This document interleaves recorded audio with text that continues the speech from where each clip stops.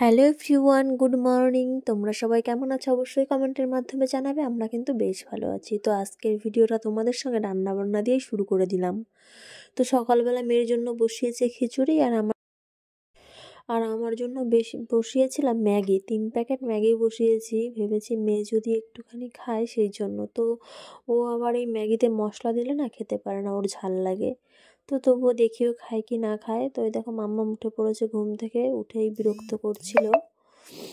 আর ভেবেছি কি একটা ডিম সিদ্ধ খাবো, বুঝলি। ডিমও ঘরে ছিল না, তো ডিমটা দেখলাম ফাটা। এবার কি করব, তো এইভাবে নাকি ম্যাগির মধ্যে ডিম দিলেও নাকি বেশ ভালো লাগে।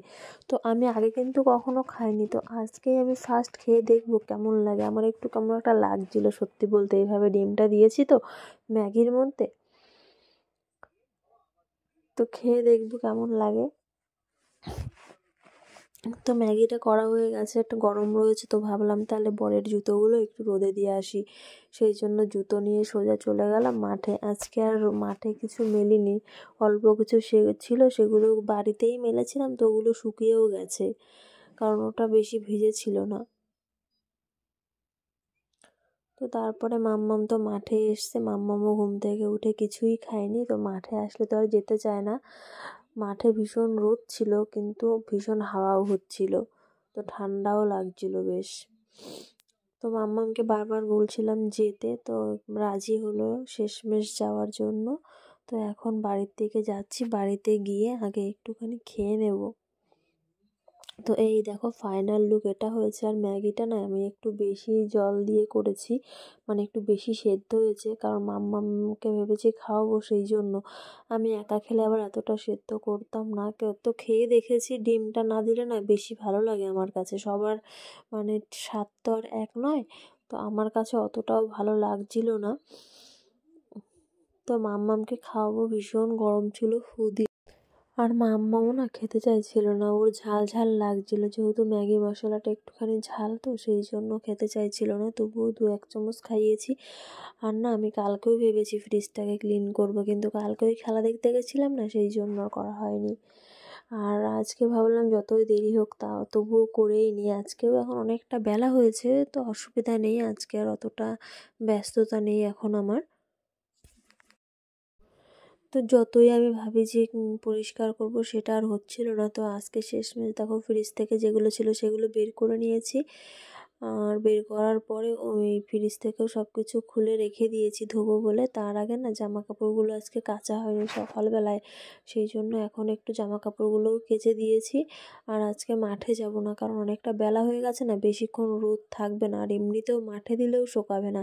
সেই জন্য ভাবলাম তাহলে আজকে থাক, একবারে আমি পরেই মানে কালকে আবার গিয়ে মাঠে একবারে দিয়ে আসবো, শুকিয়ে যাবে। আজকে অন্তত জলটা ঝরুক এখানে।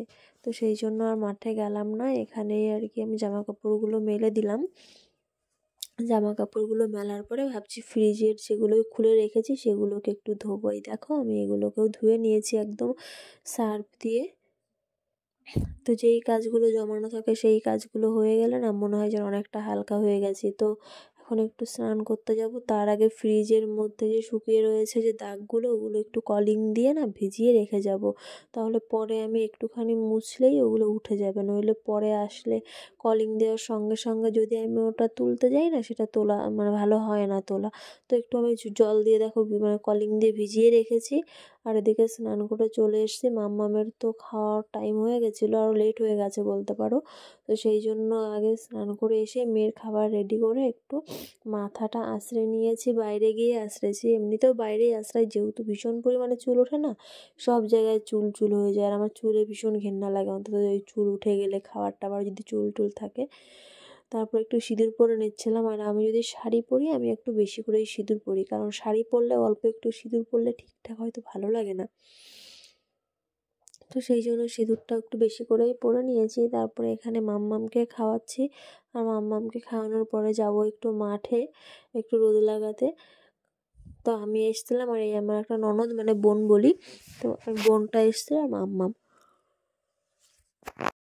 এই মাঠে বসে দুটো রিলস বানিয়েছি আমি আর এই বোনটা। আর এখানে মাম্মামও খেলছিল ওর সঙ্গে। তারপর বাড়ি চলে এসেছি। দেখো বাড়ি এসে মাম্মাম আর ওই বোন বসে রয়েছে খাটে। ওদেরকে একটুখানি টিভি চালিয়ে দেবো, কারণ আমি একটু ওই ফ্রিজটা এখনও ঠিকঠাক রেডি করা হয়নি, তো সেই কাজটাই করব, সেই জন্য একটু টিভি চালিয়ে দিলাম। তো চলো এখন ফ্রিজটাকে একটু মুছে টুছে নিই। তো এই দেখো মানে আমি না ভেবেছিলাম ফ্রিজটা একদম ডিপ ক্লিন করব, তো সেটা এখন আর মনে হবে না। মানে মোটামুটি ভালোই পরিষ্কার করে নেব এখন, কিন্তু মানে সেভাবে একদম মানে আরও বেশি, যেমন ওই ভেতরের ওই যে বরফ টরফগুলো ছিল ভেবেছিলাম ওগুলো একদম ফেলে দিয়ে মানে একদম পরিষ্কার করে, তো সেটা আর হয়নি। কিন্তু এগুলো আমি একদম ধুয়ে টুয়ে মুছে একদম ঠিকঠাক ক্লিন করেই নিয়েছি। আর আমার বিয়ের পরের থেকে না এই ফ্রিজটা আমি এখনও কাউকে মুছতে কখনও দেখিনি। মানে আমি যদি পরিষ্কার করি তবেই পরিষ্কার করা হয়, নয়তো না। আর এই ফ্রিজের দরজাটায় কেমন একটু দাগ দাগ হয়ে গেছে, আমি জানি না কেন। আমার বিয়ের আগের ফ্রিজ তো আমি আসার পরের থেকে এমনই অবস্থা দেখছি। আর ফ্রিজের ভেতরে লাইটটাও কেটে গেছে, ওটাকে ঠিক করতে হবে। তো যাই হোক, পরিষ্কার করলে না সব জিনিসই ভালো লাগে। আর যত্নের ওপর সব কিছু, তুমি যে কোনো জিনিস যত্ন করে রাখলে অনেকটা দিন তুমি কাটাতে পারবে সেই জিনিসটা দিয়ে। কিন্তু তুমি যদি কোনো জিনিস যত্ন না করো, শুধু ব্যবহারই করে যাও, সেই জিনিসটা না দেখতেও ভালো লাগে না, বেশি দিন টেকসইও হয় না। তো জিনিসপত্র ব্যবহার করলে পরিষ্কার করে রাখলেই ভালো লাগে, তাই না বলো? তো দেখো ফ্রিজটা একদম আমি মুছে টুছে একদম চকাচক করে ফেলেছি।